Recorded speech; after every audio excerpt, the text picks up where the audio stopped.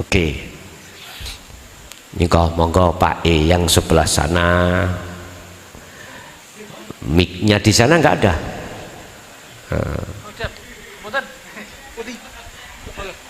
Ya di situ monggo. Mereka dereng mendapatkan mic ya. Ayo sing mendapatkan monggo. Assalamualaikum warahmatullahi wabarakatuh. Waalaikumsalam warahmatullahi wabarakatuh.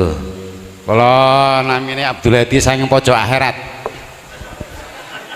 Pojok akhirat. Gimana kok daerah paling ler. Jadi enten kaitane gimana kok wow ten surat Yasin inna nahnu nuhyil mauta wa naktubu ma qaddamu atharahum ten mriku sing sepindah terus kados pundi hukumipun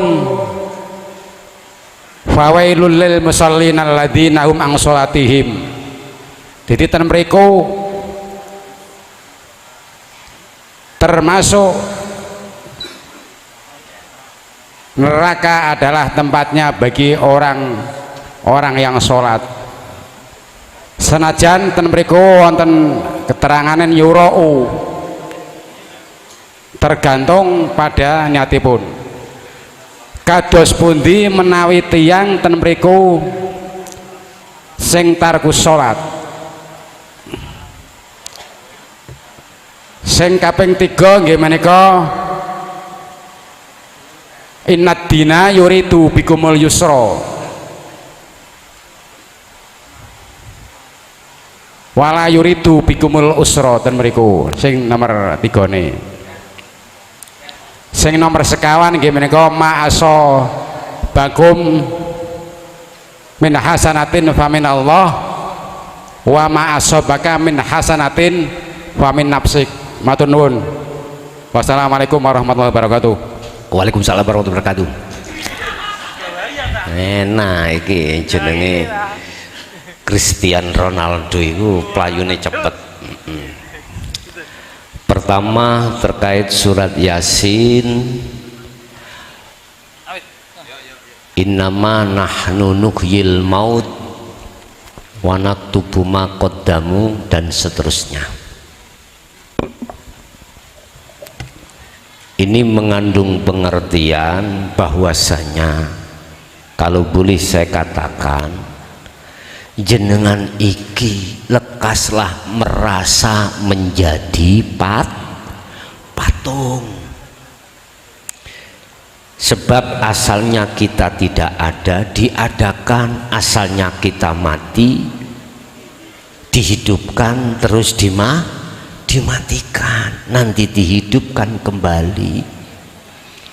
Berarti posisi kita dalam sisi hakikat adalah lekaslah kita menuju kesadaran penuh kalau kita sesungguhnya itu adalah patung makhluk ini.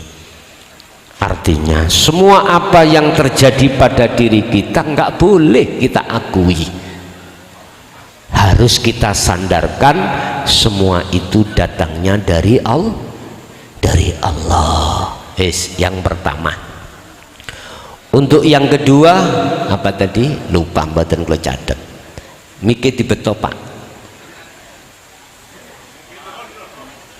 Miki wis mlayu ah. Oh ya. Surat apa itu?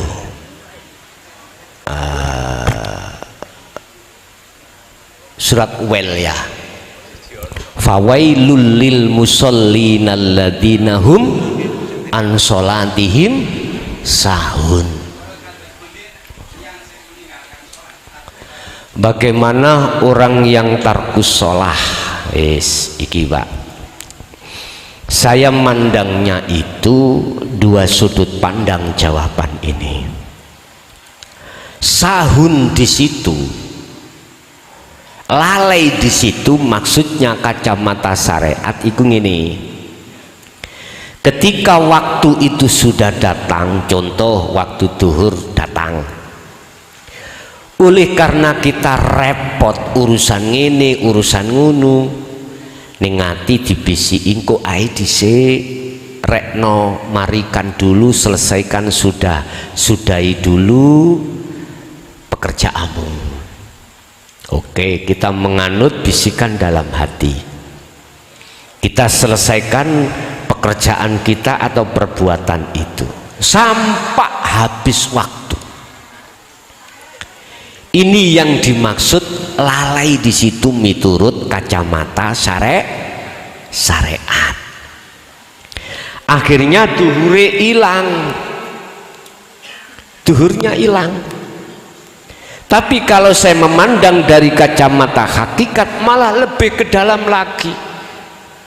Walaupun kau sudah melakukan duhur tepat waktu, tapi hatimu lalai dari Allah. Artinya lalai, nggak sadar kalau berdirimu, rukukmu, sujudmu, dudukmu itu hanya karena Allah yang menggerakkan. Akhirnya hati kita sadare iku rumongso diri kita yang bisa melakukan. Ujung-ujungnya kita akan mengakui sholat itu sholat kita. Ini lalai. Inilah yang dimaksud sahun. Sehingga apa imbasnya? Mutu akibat jenengan sholat seperti itu nggak ada, membekas dalam hati, nggak ada. Ini maksudnya sahun. Jadi yang maksudnya lalai di situ hati, bukan jasmani, hati kita. Ketika saat sholat hati kita lalai pada Allah yang menggerakkan di situ, apalagi di luar aktivitas tambah muda nemen, karena kita belum masuk di dalam dinut tauhid, Bapak Ibu. Udah. Pertanyaan di situ, bagaimana mereka yang tarkus sholat? Apa sih maknanya tarkus sholat itu? Tarku meninggalkan sholat ing sholat. Aku yakin pertanyaan Bapak itu tadi adalah tarkus sholat fi waktiha, di dalam waktu yang diwajibkan. Meninggalkan sholat lima waktu itu loh sing dimaksud, mesti ngonten nyun sewu. Kalau yang dimaksud meninggalkan secara fisik sholat lima waktu, terus diri jenengan ini maksudnya gak ngaku-ngaku kalau diri jenengan, dikarenakan posisi sampean itu ada di majdubun, ya nggak bisa dihukumi, Pak. Nggak bisa dihukumi. Bagaimana jenengan iku bisa menghukumi wong gendeng? Orang gendeng lah nggak bisa dihukumi toh. Majedub itu mboten saged. Tapi wajib orang makrifat itu meninggalkan sholat itu wajib. Maksudnya wajib gimana? Meninggalkan ngaku-ngaku dirinya yang sholat itu loh wajib, bukan sholateku yang bukan. Meninggalkan ngaku-ngaku kalau dirinya yang sholat itu wajib bagi orang-orang yang sudah makrifat dateng Gusti. Paham mboten jenengan? Oke, engko tafsirane engko gak paham, wis gak usah nang masjid. Keliru sampean. Wajib ninggalno ngaku-ngaku kalau dirinya yang sholat, walaupun jasmaniye iku nglakoni sholat. Lho ngoten lho. Wong makrifat iku ana loro, ana sing wasilun, ana sing majdubun. Sing majdubun ya mesti secara fisik tinggalkan. Tapi bagaimana kita bisa menghukumi? Syariat tidak bisa menghukumi. Kalau dia salah nggak bisa. kecuali wasilun. Lah beda mana, nek wasilun gak mungkin dia itu tinggalkan, gak mungkin secara fisik tinggalkan, gak, cuman secara rohaniah dia tinggalkan, gak ngaku kalau dirinya yang melaku. Paham ya? Oke, itu sing nomor 2. Sing nomor 3 aku lali nopo sampai 4 kok prasaku mau dia. Monggo Pak, sing tanya yo lali.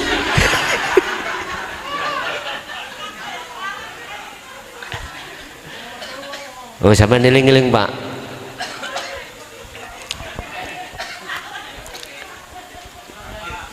Inna dina yuridu bikumul yusra.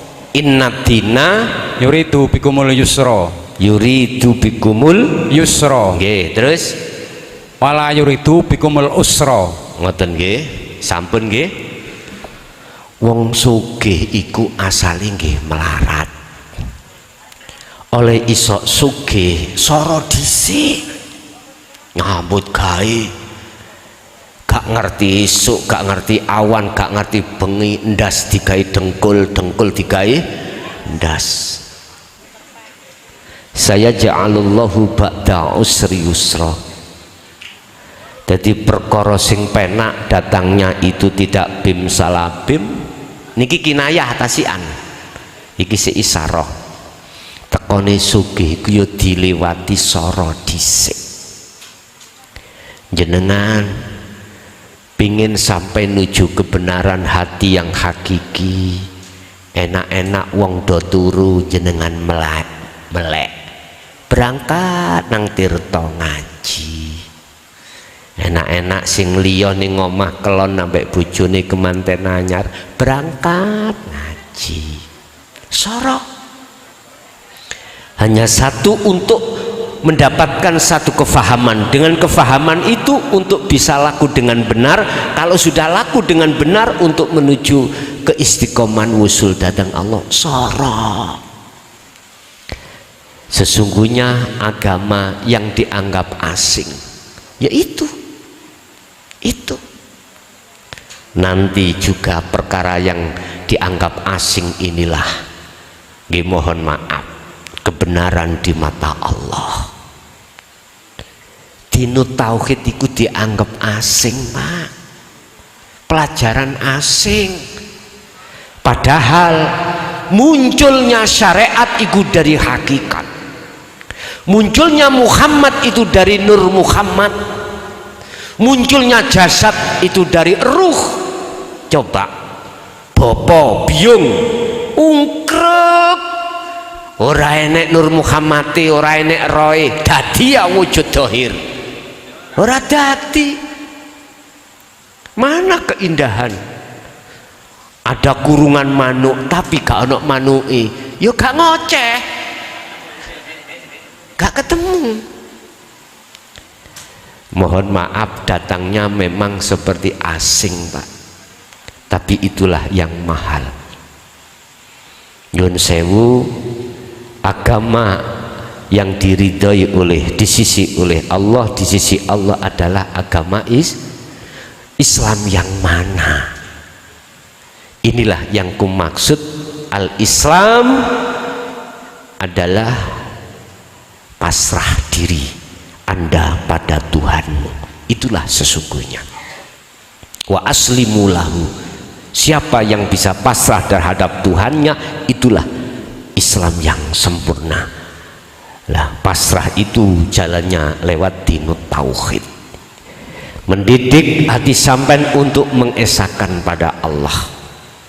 Jadi untuk mencapai keislaman yang kafah, untuk kita mendapatkan sesuatu yang di mata Allah itu benar, dilewati kita lewat proses di mana kita jatuh bangun.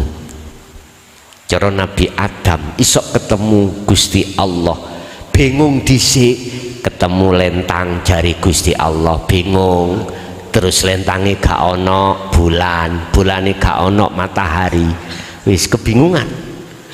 Masa-masa bingung koyok ngeten iki terjadi pada setiap diri kita sebagai manusia.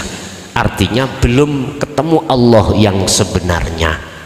Tapi ketika saat ini wajah tu wajia, jenengan masuk dalam kebenaran yang hakiki, yang tidak bisa diganggu gugat dari segi manapun, disalahkan dari segi manapun tidak bisa, maka disitulah jenengan itu yang disebut sebagai orang yang sudah tahu, sudah bertemu. Sama jenengan kesini, ada yang sudah tahu tempatnya, ada yang tidak. Yang belum tadi nggak bingung sih, di mana ya alamatnya ini, saya bingung. Tapi bagi mereka yang sudah sering kesini, nggak ada kebingungan walaupun belum nyampe di sini. Tapi ketika saat bingung sampean ikut sampean alami terus menerus, maka jatuhlah kalau sudah di sini nggak ada bingung. Boleh ketemu bidua ngoten nggih. Wis niku Pak nggih, dadi agama yang diasingkan ini oleh umat manusia pada umumnya itu akan muncul kebenaran. Itulah dinut tauhid. Nggih. Terus ada yang keempat tadi, yang apa? Halo.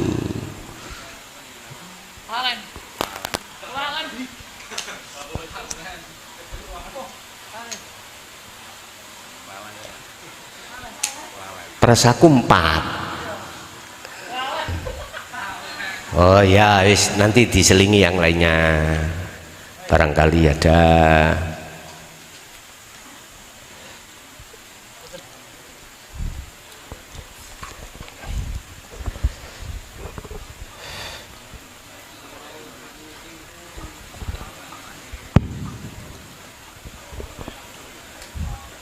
Terima kasih Pak Kiai atas wekdalipun. Nggih. Niki enten pertanyaan titipan Pak Kiai. Nggih. Piyambakipun badhe nyampeaken kadose boten saged, Boten penak. Nggih. Nggih, monggo. Pengalaman kula pribadi utawi kebanyakan tiang dalam melaksanakan sholat itu seperti yang diajarkan ketika kita masih TK, pelajaran di MI. Nah itu ya yang selama ini sudah kita laksanakan. Ada bedakah di antara kalangan ahli ma'rifat dengan ahli hakikat, dan itu yang kita lakukan sholat itu apakah itu termasuk ahli syariat atau apa, itu kita juga tidak tahu. Yang jelas ada bedakah dalam pelaksanaan sholat antara ahlu syariat, ahlul ma'rifat dan ahlu hakikat. Kemudian setelah kita masuk di kalangan, katakanlah kita sudah biat kepada Hadratus Syekh Kiai Muhlason, niki apakah masih perlu syariat itu ada atau bisa masih dilaksanakan? Niku matur nuwun. Oh sing kaping 3 tiang tugas tukang parkir, tentu resiko tanggung jawab njogo mobil atau njogo kendaraannya tentu yang diutamakan. Kalau toh itu harus meninggalkan sholat, bolehkah atau bagaimana cara niate ninggal sholat bagi orang-orang yang profesinya tukang parkir? Matur suwun. Sampun. Ampun. Apakah ada perbedaan sholatnya orang syariat, hakikat, makrifat? Kalau secara fisik itu enggak ada perbedaan. Yang berbeda itu secara ruhaniyah. Ini yang beda. Ingat, manusia itu tidak hanya jasmani tapi juga rohani. Sekali lagi, manusia disebut manusia itu tidak hanya jasmani tetapi juga rohani. Berkenaan dengan masalah sholat, Allah sudah katakan di dalam surah Al-Baqarah ayat 238. Al-Baqarah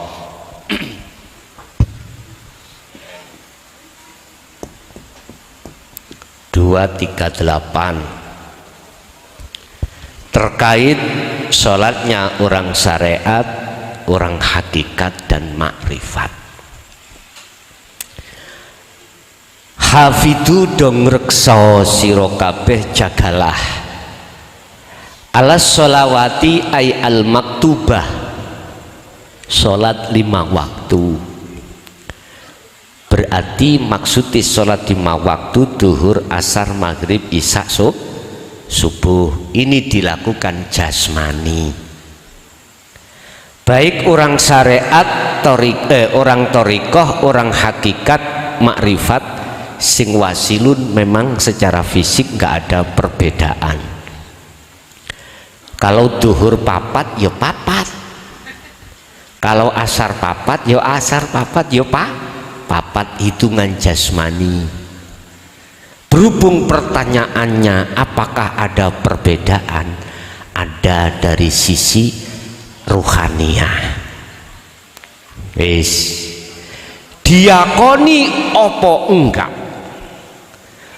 jujur opo munafik kita ketika kita masih ada di kondisi kelas syariah, siapapun kita, ruhaniyah kita itu tidak menghadap terhadap Allah, nggak bisa,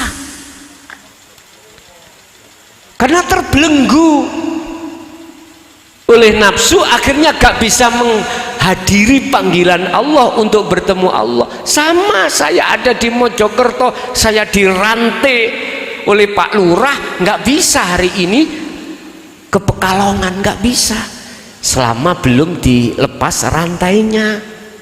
Makanya jangan heran kita itu selalu ingat apa kebiasaan kita. Kebiasaan kita ya tatkala ngutangi duit mana ya eling mana bahkan saeling putune bisa. Seperti itulah kita. Kalau ini ditarik ning hakikat, nyun sewu, salate orang hakikat, diteruskan Pak ayat itu. Hafidhu ala sholawah,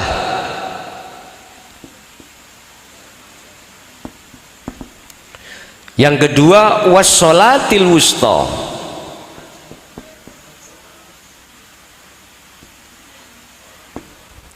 Kita tidak sadar Pak, ada wassolatil wusta, sholat yang dilakukan ruhaniyah. Inilah yang dimaksud ilmu sejati itu sholat daim. Keterangan di situ sholat daim itu 24 jam sedina suwengi, tidak melihat aktivitas jasmani, rohani. Kalau yang dimaksud orang hakikat belum makrifat, itu duduknya di muraqabah, masih ada 2. Ketika saat dia itu sholat, ruhaniyahnya itu masih merasa dirinya olehnya bisa berdiri rukuk sujud, itu karena ada Allah yang menggerakkan, mendirikan, merukukkan, mensujudkan. Masih ada 2, ada yang digerakkan, ada yang menggerakkan. Iki orang hakikat yang masih ada di muraqabah, belum di makrifat.